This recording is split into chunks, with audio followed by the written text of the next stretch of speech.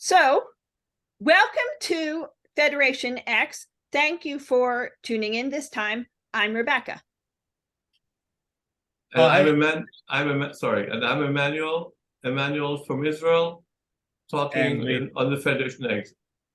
And Lee, you say something. From Sydney. From Sydney. You're in the dark, Lee. Upper house in the background. Lee, you're in the dark. Lighten up. Let me see if I can fix the light. This is better, yeah. So one aspect of federalism is that it is a way to tie together these peoples and the ways that they have ties to the land. Now, the tie to the land is something that many outsiders do not understand. And in many cases, each group does not fundamentally understand the tie to the land in the other one. And so today we're going to talk about what does this even mean, the tie to the land?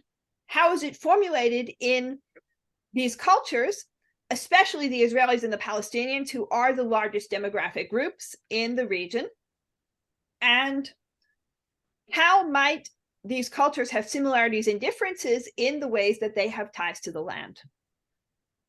I'm not sure that they really don't understand. I think both sides quite well understand the ties to the land.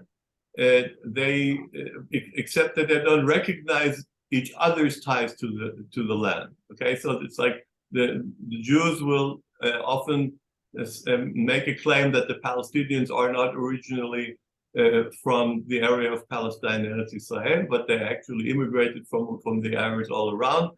And only after the Jews returned to the area, and the Palestinians will claim that the Jews have absolutely no connection to the area of Palestine and Israel. They came there as part of a colonial enterprise in the 19th century, beginning in the 19th century.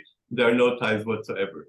But if you look at, if you scrutinize, you understand that this is just a make-believe. I think they understand, both sides understand that the other side does have a claim and belongs to the land this way or that way.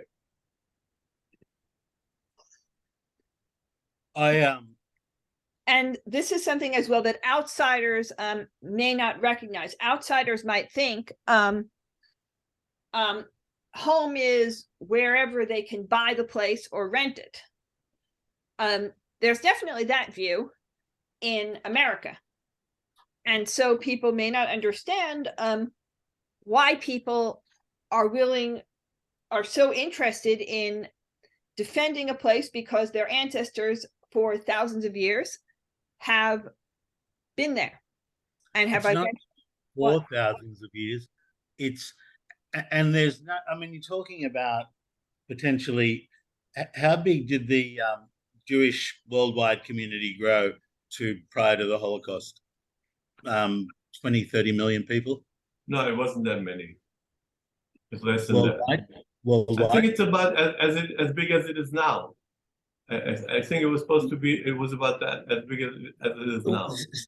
Well, my understanding is 9 million Jews were living in Europe, and that's just Europe, prior to the Holocaust, and there was only 3 million left, which is where the 6 million number came from. After World War II was over. Okay, what are you saying?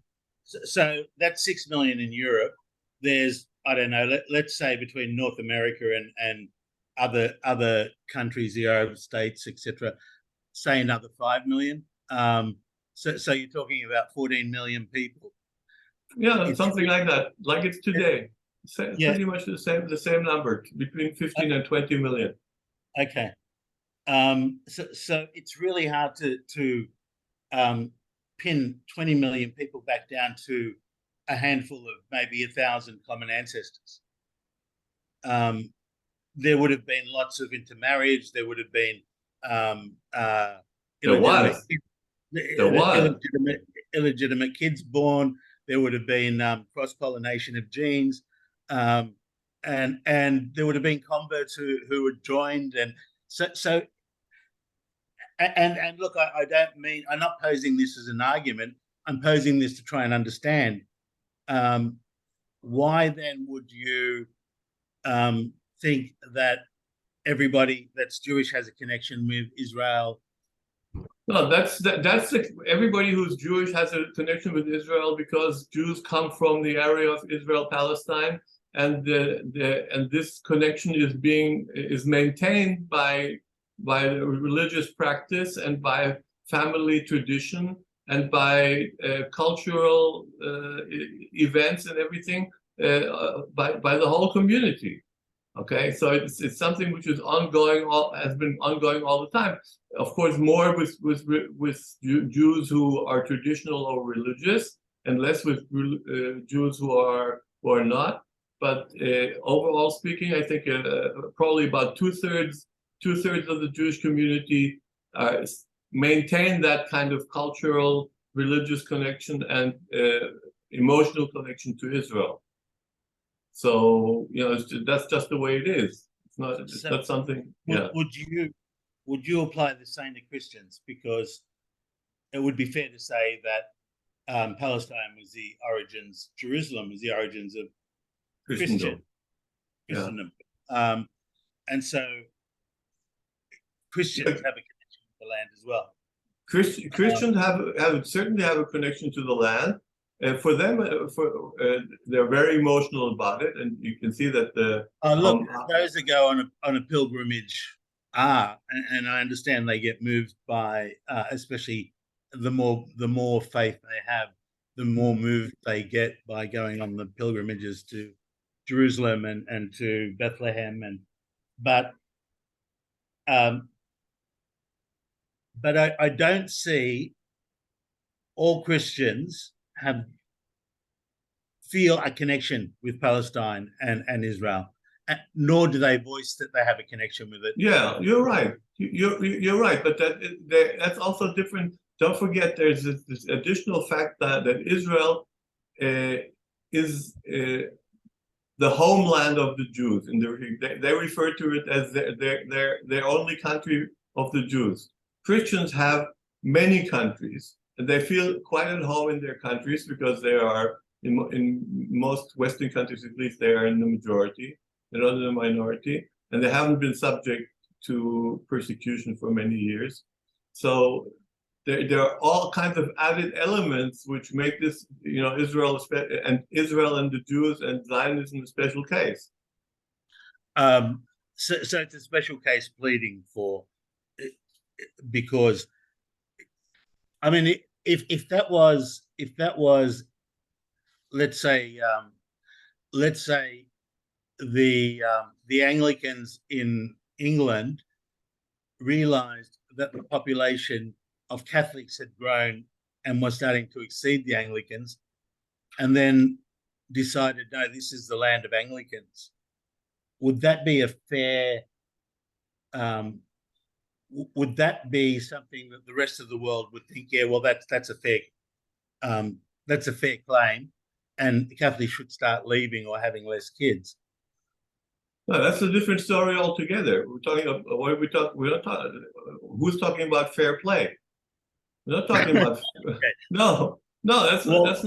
It's obvious that the fact that the Jews have a special connection to Israel and want to return to Israel and returning to Israel, and there is a native population there which has gotten short shrift throughout the modern history, okay, to which partially they contributed, but they got it anyway from the colonial powers and so on and so forth. That's a completely different issue. Obviously, the situation is not a situation which can be maintained that way without major compromise and agreement and change. So this connection, and I want to go back to that. This connection is not necessarily a legal connection.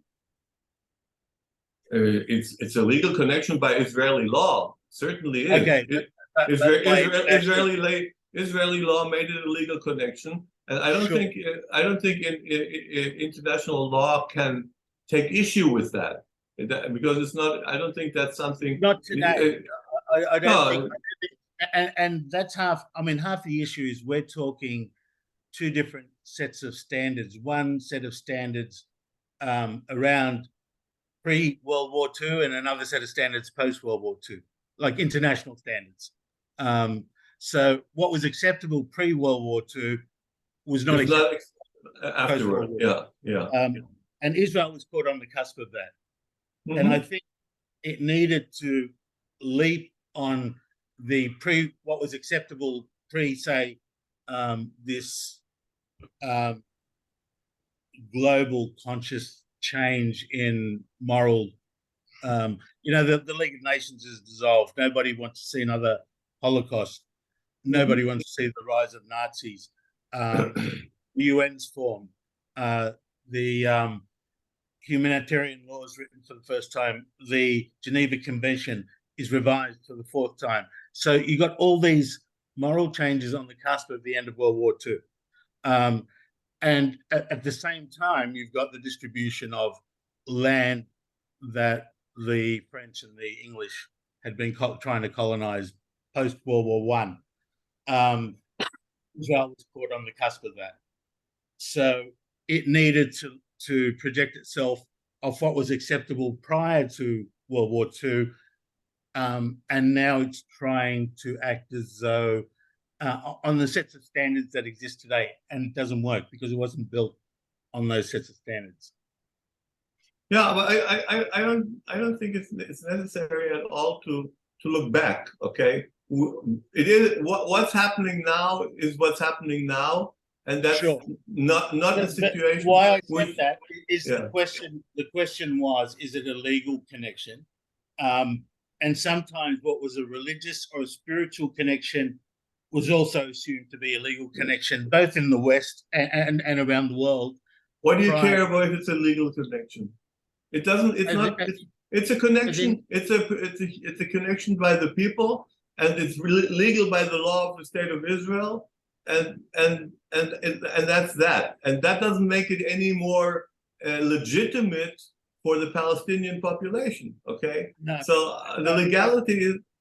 No. Well, I'm saying, is there any provision in international law that allows a legal connection to the land based on a Jewish claim?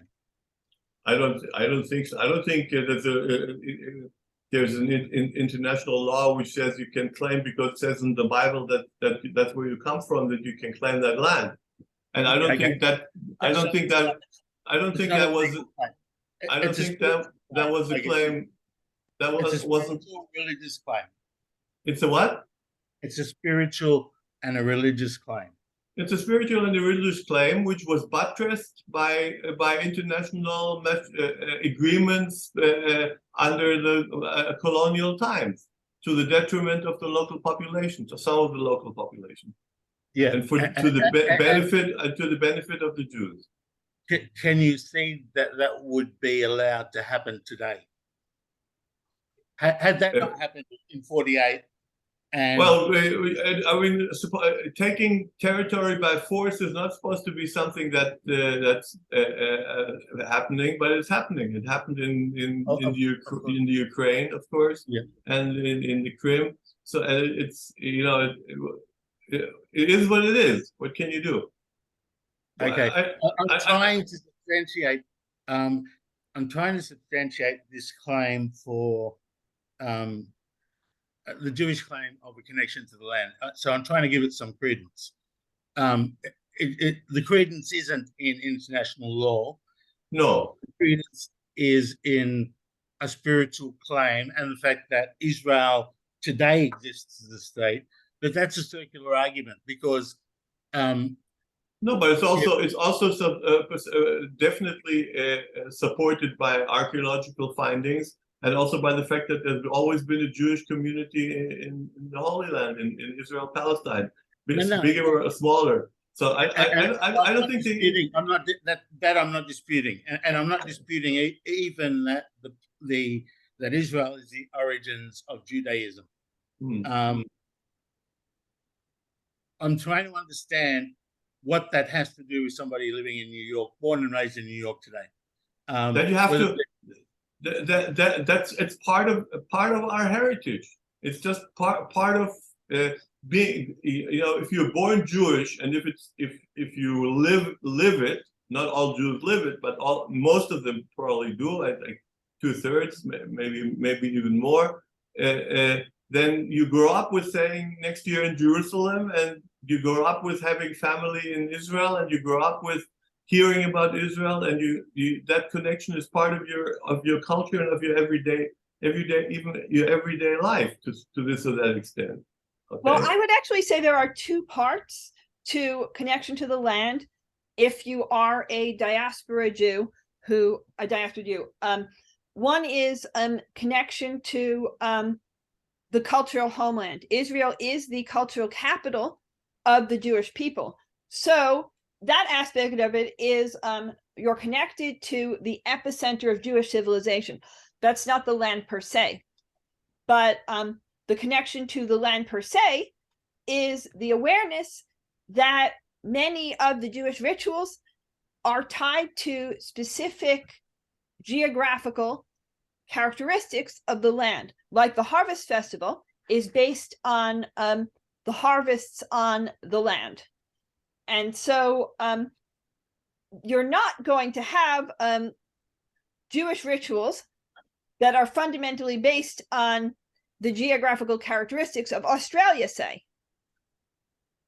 And so if you are in a place like the USA or Australia, you are thinking about the geographical context of the Jewish rituals, and the context does come from the land of Israel. So that's the second part of connection to the land. And not all Jews have this cultural connection to the land. Some, the idea of connecting to the Jewish cultural capital may not speak to them. And some of them may not be practicing the Jewish rituals. The same argument could be said for Christians who I imagine at Easter and Christmas are only thinking of Palestine right around the world. So you've got, but again, and they sing hymns, that include those villages. So there's, Bethlehem is mentioned in a lot of the hymns, and in the readings, and it's in the Gospels, and the whole idea of Christ was set around the region. So, and if Christians ever go to church, the majority, the churches are full on Easter and Christmas Day, and they're usually empty for the rest of the year. So they are the 2 days when there is a spiritual connection for most Christians around the world to the Holy Land. Maybe the difference is they've never celebrated next year in Jerusalem, but I imagine the Crusades were exactly that. They were an attempt to go back and reclaim the land for Christendom, and they went on for 400 years. So Christians did feel a connection, and at some point they've decided that it's not a real connection, or the connection is not, the connection may be there, but it's not something that we need to strive towards owning. I think they seem to be happy with the deal where the Jews own the connection. They support it. No, the evangelists support it to a very large degree. Okay, so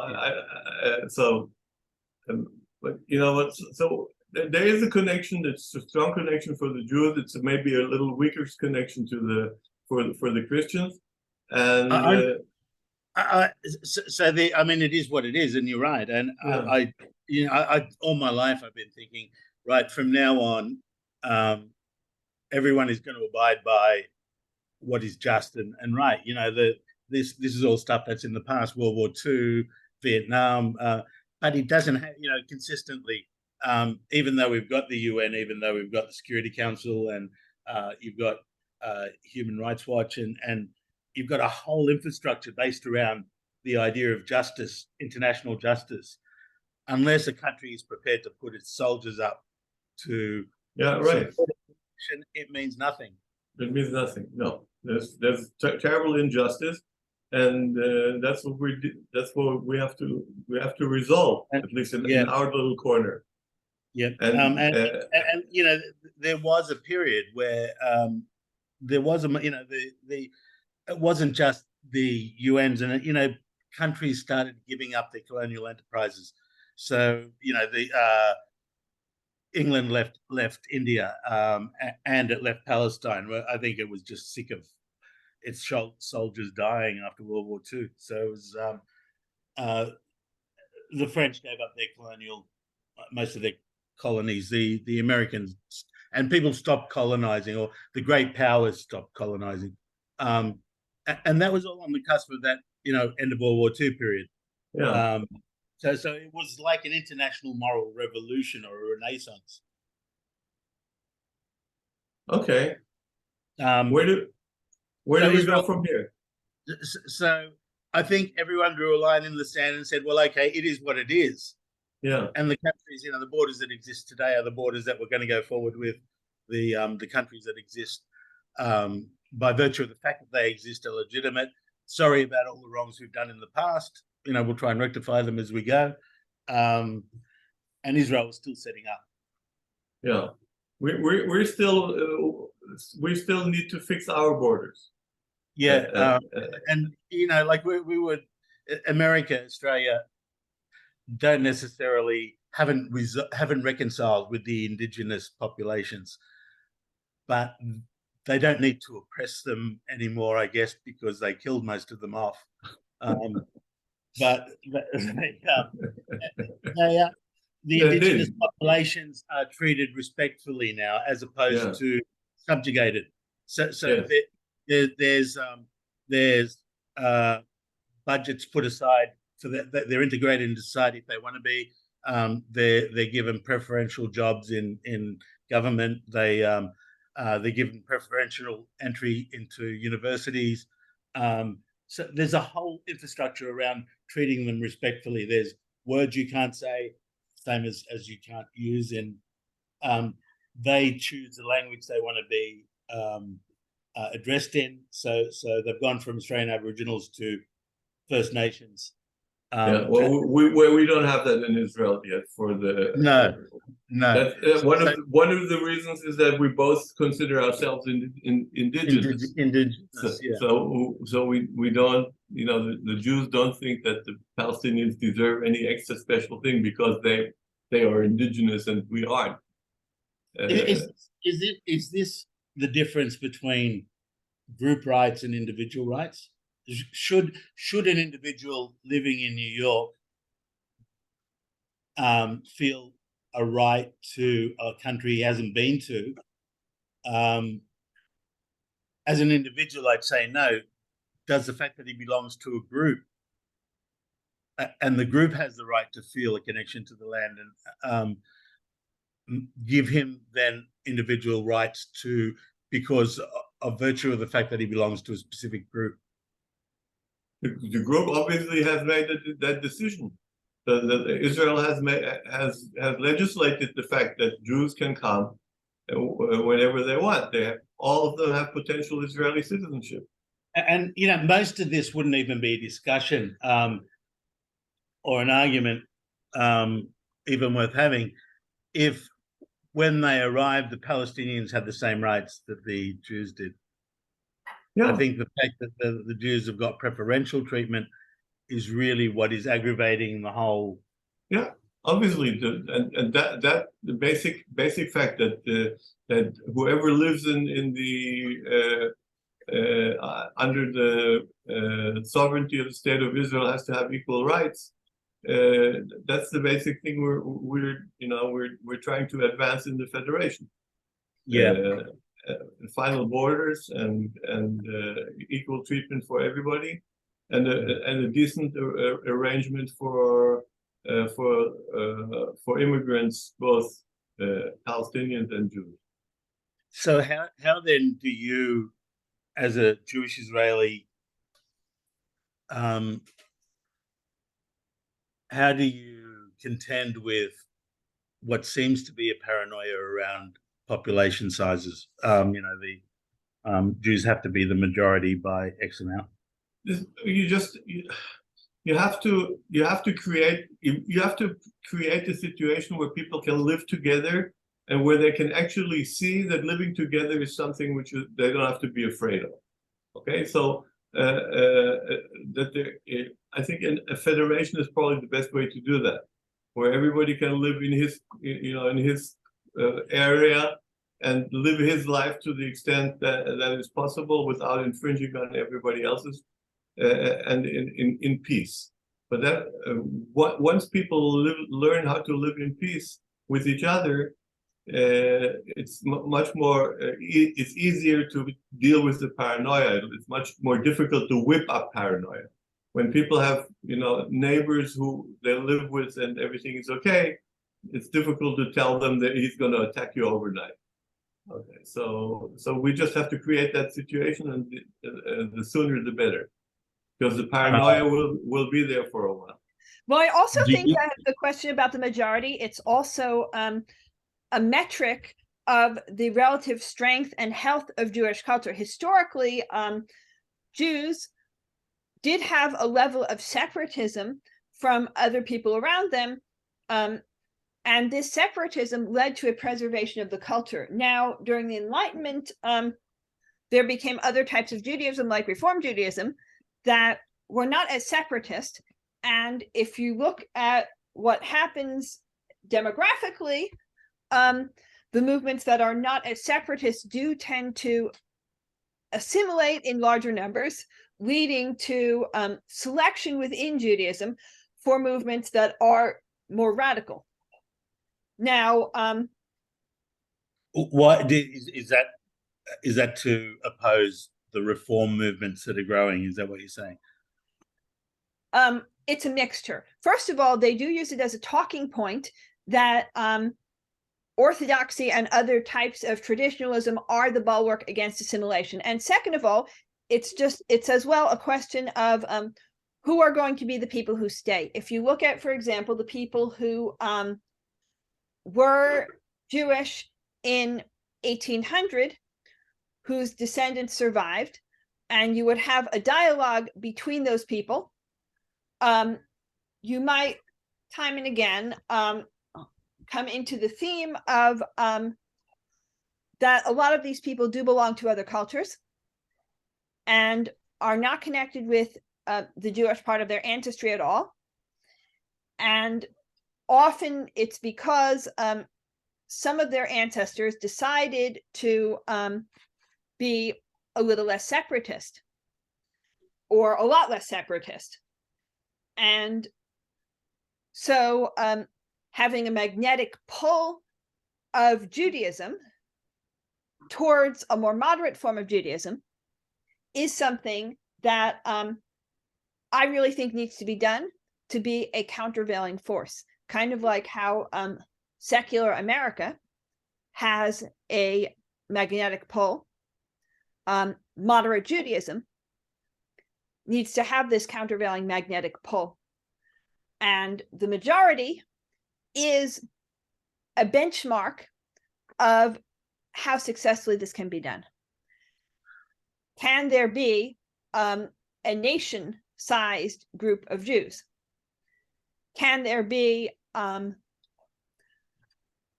enough Jews staying in? And ideally as non-reactionary. Manuel, what do you think? It's well, I basically agree with Rebecca. First of all, there's I'm very low on the paranoia scale, so I don't. For me, it's always it blows me away when people are, rigidly maintaining that we have to make sure that we'll have a Jewish majority, and even if we have a 2/3 majority, that's no guarantee. Although it's just looking at the numbers today, There's no way that the majority status is going to change. It's just not going to change. Okay, at least not into almost infinity. It's ridiculous. Okay, but people cling to those numbers. They say, oh, in 2 years they're going to be a majority. In 2 years, I had Carolyn Glock talking about it, and she's all for the annexation of the West Bank and giving Palestinians. Caroline Glick, yeah. Glick, sorry, yeah.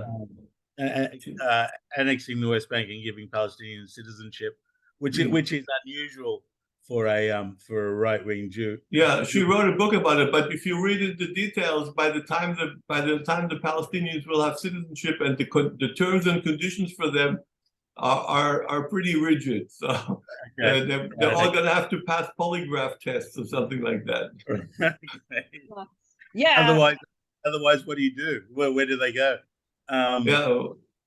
Yeah. But I also think that this whole idea as well about majority, and I do think it is really to Caroline Glick's credit. I think there is too much of a comfort with exclusion. I am low on the exclusion scale. Yeah. So for me, my mindset is about things like the majority. The focus is on inclusion. That you might have stumbled on something that's really important. Do you think that's the dividing line between a centrist and a right-wing Zionist? This idea of exclusivity, of separatism. I would say it depends what you mean by centrist. There are people who are, say, far left merits who are some of the most separatist of all. They just give the Palestinians a particularly generous type of two-state. Now, that kind of political leaning has been discredited, and they don't know where to go. But it still exists. Some people are there because they don't know where to go. So are they centrists? What are they? I guess I'm talking more in terms of, if you're Jewish and somebody says to you, I think there should be less exclusivity in Judaism, we should be simulating more, that would automatically tell you a lot about their political view. Is that a fair? Yeah, it would. It clearly would. If you're willing to consider assimilation, whatever that means, then you're automatically on the progressive, on the left wing scale. I think one of the issues we haven't touched upon, we had talked about it, but in another way, is the issue of identity. Okay, what's our identity in Israel? Is it Israeli? Is it Jewish? And the cutoff, who is for the right wing, is all those people who said, first of all, I'm Jewish, and then I'm Israeli, they are right wing. Those who are saying, first of all, I'm Israeli, and then I'm Jewish, are left wing, or close to that. Okay, that's approximately the dividing line. What I find sad about that is the fact that